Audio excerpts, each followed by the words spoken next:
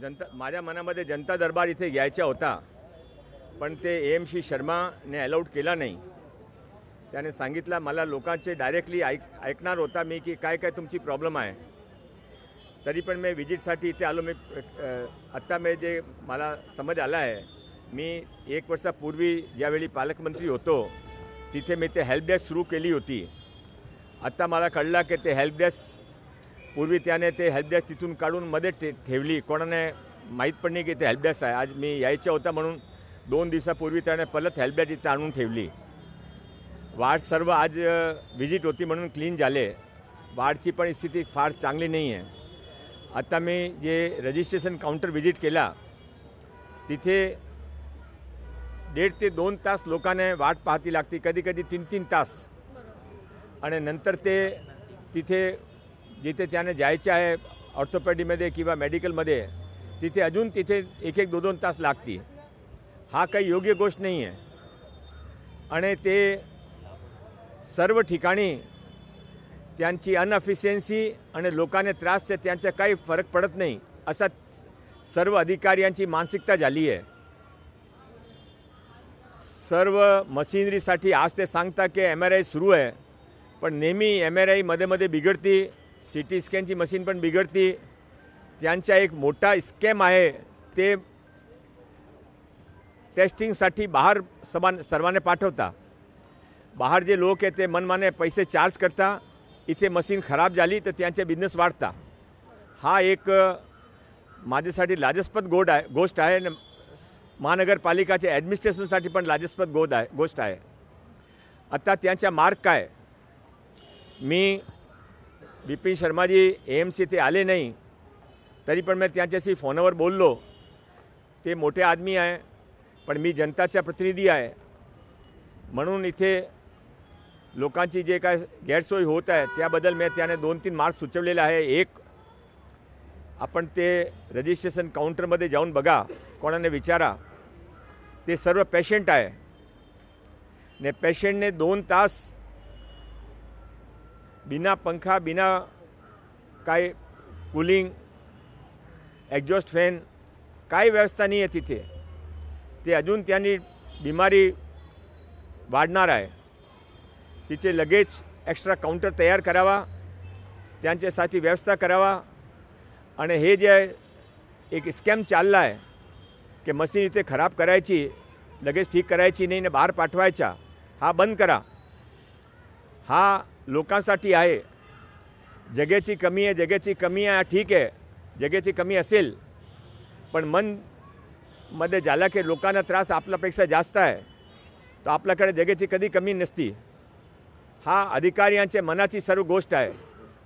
मी बुधवारी परत 2 वाजता मंत्रालयामध्ये यासाठी मीटिंग ठेवणार आहे। आज जे काही डिस्कशन झालं आहे ते नाही इम्प्लिमेंट झाले तर मी सोमवारी परत या ठिकाणी परत येणार आहे। सर, गेली अनेक वर्ष मुंबई महानगरपालिकेत आपण बघितलं असाल तर ठाकरेंची सत्ता आहे, मात्र मुंबईतील अनेक पालिका रुग्णालय आहेत त्यांची अवस्था वाईट आहे। मग KEM असेल किंवा इतर, कसं बघते जबाबदार ठाकरे आहे त्याला? सर, प्रशासनाचा कारभार गेल्या काही वर्षांपासून बघायला मिळत आहे। तुम्हाला वाटतं की याच्यामध्ये काही ढिसाळ कारभार आहे? असं आहे की ढिसाळ कारभार नक्की आहे। हा 25 वर्षापासून ज्यांची सत्ता होती त्याने ज्याप्रमाणे रिक्रुटमेंट केले, ट्रान्सफर केले, अधिकार दिले आणि सिस्टम लावले, त्यांचा आज हा रिझल्ट आहे। आज सकाळी माझ्याकडे 2 डॉक्टर आले होते।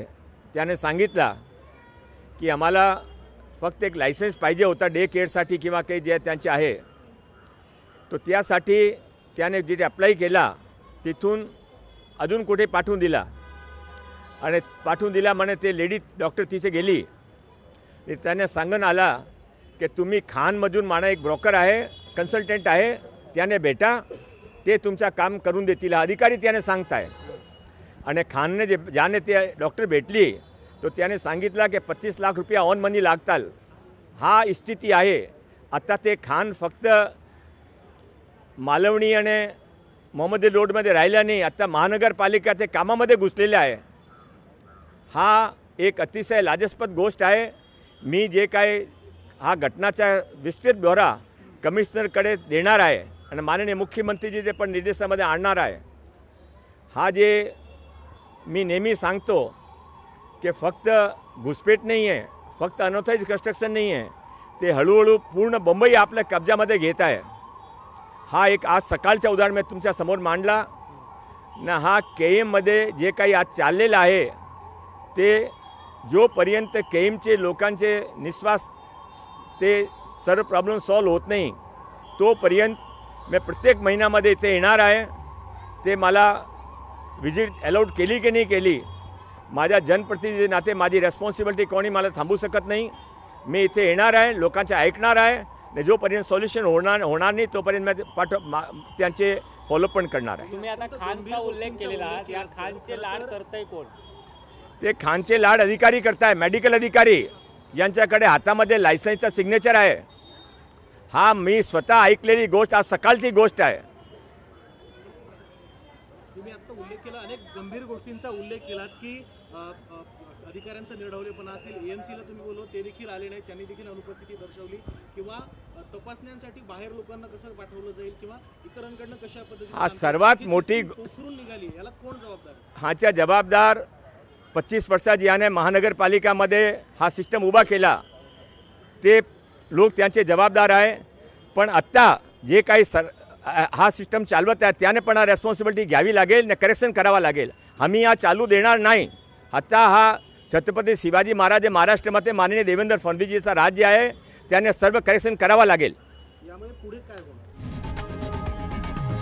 लोकशाही मराठी ऐका, पहा, जागरूक रहा.